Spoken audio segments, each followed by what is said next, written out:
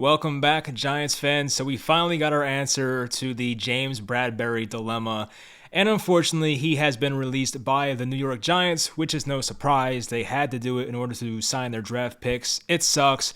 It feels like something that really could have been avoided if the Giants were more responsible with the way they spent the offseason prior, but they pretty much had to do this. So we'll talk about it, the ramifications, and Bradberry as a player, his time with the Giants, and where they go from here, because right now they don't really have a cornerback one on the roster unless Adoree Jackson really takes a step forward and stays healthy next year. So we'll talk about all that. Hopefully you guys enjoyed the video. Leave a like, always helps out, and let's get into it. So during the 2020 offseason, the Giants had some money to spend.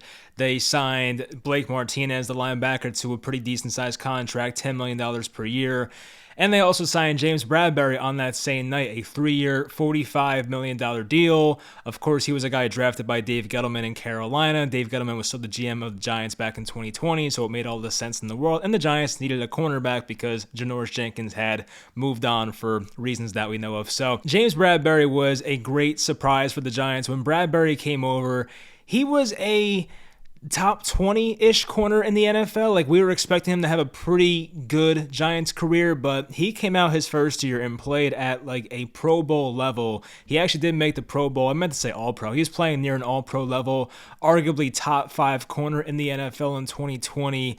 Definitely top 10 for sure. Last year in 2021, he took a bit of a step back, and that was supposed to happen. He was not supposed to be a top 5 cornerback when the Giants signed him, but he did fit the defense very nicely with Patrick Graham as his defensive coordinator. Maybe he goes back to the Raiders. We'll find out. But unfortunately for us, there are some NFC East teams that seem to be interested in Bradberry's services. He's still just 28 years old. He'll be 29 by the start of the next regular season.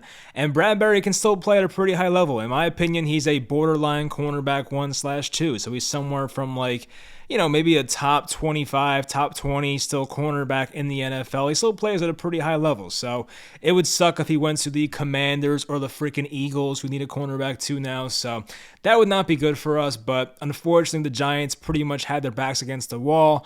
Joe Schoen admitted he tried to get a deal done, and Joe Schoen was actually surprised with the lack of interest there was in James Bradberry. It just never worked out financially, and the Giants had no leverage. Teams knew the Giants had to release this guy because the Giants literally could not sign their draft picks unless James Bradberry was going to be released. The Giants, I believe, had somewhere around $6 million in cap space prior to this. They needed like $12 million to sign their draft class. So in order to make this even work and have a chance to sign their draft picks, which obviously they're going to do, they had to get rid of somebody, and James Bradberry was the guy they had to cut in order to do so. You may ask, why did the Giants not just cut a guy like Kenny Golladay or Adoree Jackson? Well, that's because their dead cap hit would have been absolutely insane.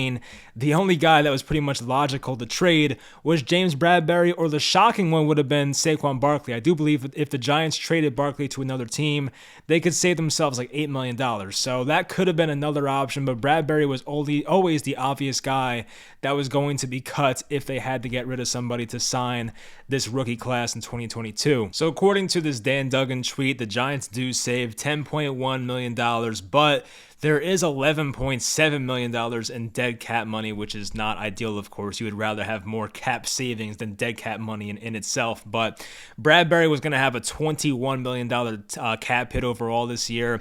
The Giants had to restructure his contract multiple times last year just to have enough money to even have a full roster last year. That's how effed up the Giants' salary cap situation was. And look, the Giants, they spent like drunken sailors back in that 2021 offseason getting Adoree Jackson, Kenny Golladay, Devontae Booker, Kyle Rudolph, guys like that. And look, I get why they did it. It was year 3 of Daniel Jones. You have a second year of Joe Judge. You have a GM and Gettleman on the hot seats, and it's like, hey, we got to make some moves. We got to make things happen now. But the Giants realistically were not in a position to go all in for that season last year, and it's unfortunate how it turned out because I still think Bradberry's a good player. I think he's liked by his teammates, and whoever gets him is going to get a good cornerback. As I mentioned, I still think he's a good top 25-ish cornerback in the NFL, and if all things were equal and we can keep him, I would rather keep him. Like, he was going to be the cornerback 1 here for this team. So now you look at the Giants depth chart, and there's a lot of question marks of who's going to be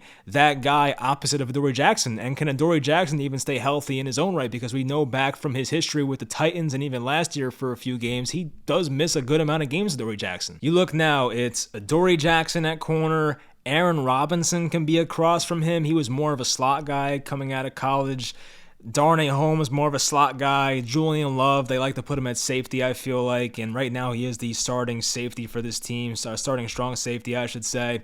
And Cordell Flott, who they just drafted, more of a slot guy once again. Rodarius Williams was a late pick in the draft a couple years ago. Coming off a torn ACL, you can't expect anything from him.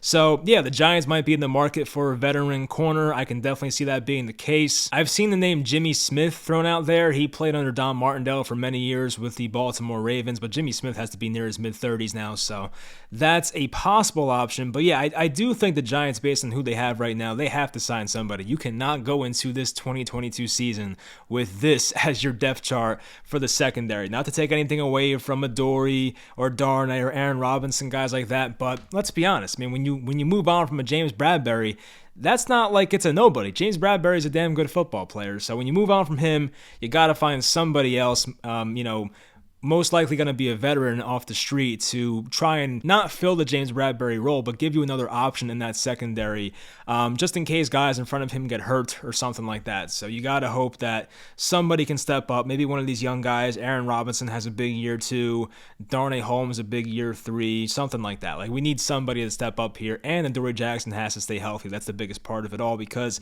worst case scenario, Adoree Jackson goes down for a long time, and at that point, you're pretty much screwed. It's a passing league.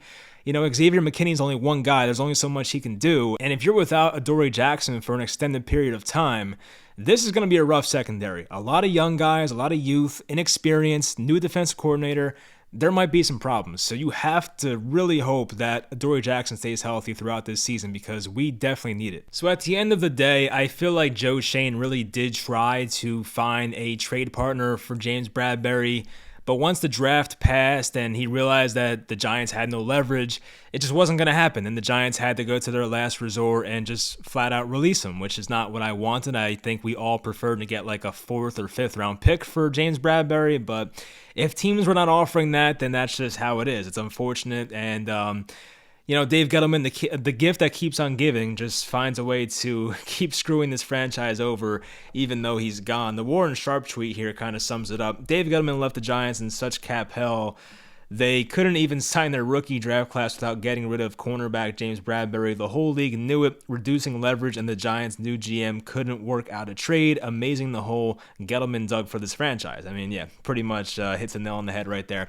So it sucks, but it had to be done, and that's kind of the hole the Giants dug themselves, and that's just how it is. So once again, hopefully next year, I think if Adoree Jackson does stay healthy, he's going to be a good fit for this Don Martindale defense, but it's hard to bet on Adoree Jackson staying healthy for an entire season. I must say, I hate to be pessimistic about it, but that's just what the facts tell us about his, career so far. So hopefully, once again, one of those young guys can step up, but it's a lot of slot guys. Aaron Robinson, mostly a slot guy. I do think he could play outside.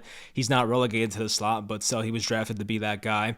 And Cordell Flott, definitely more of a slot guy. And then Darnay Holmes, more of a slot guy. So you got to hope somebody on the outside steps up. Aaron Robinson's pretty much the guy we should all count on to do that because I think he has the most upside. He's the biggest one out of those guys. So hopefully he's that guy. But once again, I do think the Giants will sign a veteran. It could be Jimmy Smith, could be somebody else out there. Maybe we'll do a video on some veteran cornerbacks. I think the Giants also need a safety, so maybe we'll do a video of veteran secondary players the Giants can sign that are still out there, hopefully, on a cheap contract. So we'll see what happens there, but yeah, it sucks that it had to end like this, but James Bradberry, I thank him for his 2 years as a Giant. He definitely was one of the lone bright spots for the Giants the past couple years during these rough seasons. Here's a good tweet from Giants Daily. I just saw this now, but he says the Giants' dead money for 2022, and it's a lot. 5th most in the NFL, $31 million in total. James Bradberry, $11 million dead cap. Logan Ryan, $11.4 million. That was still a surprising one, but I get why they did it. Nate Solder, $4 million dead cap hit. I mean, my goodness, we signed that guy in 2018, still paying the price till this day. Kyle Rudolph, $2.4 million. That went terribly. Logan Ryan, grievance, $1.2 million. Devontae Booker, $1 million is not the most, but there's a reason people bitched about that signing, myself included. Riley Dixon, just a little over $300,000. And Sam Beal, remember Sam Beal, $262,000. So yes, $31 million in dead cap space. Basically, that means money the Giants cannot use for this, roster right now. That's just terrible. So that's the fifth most in the NFL. So once again, the gift that keeps on giving. Hopefully, we can erase that man from our minds, Mr. Dave Gettleman. Anyway, so that's going to do it for the video.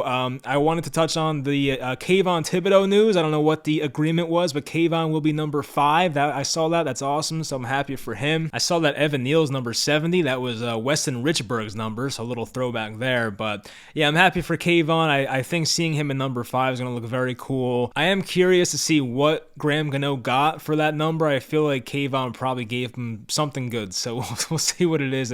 We'll see if that news comes out eventually, but I'm happy Kayvon will be number 5 for the Giants. Anyway, that's going to do it. I hope you guys enjoyed the video. Leave in the comments, how do you feel about this James Bradberry news? Are there any veteran cornerbacks that you guys want the Giants to sign after this news was announced? And hopefully you guys enjoyed the video, and I'll talk to you guys next time.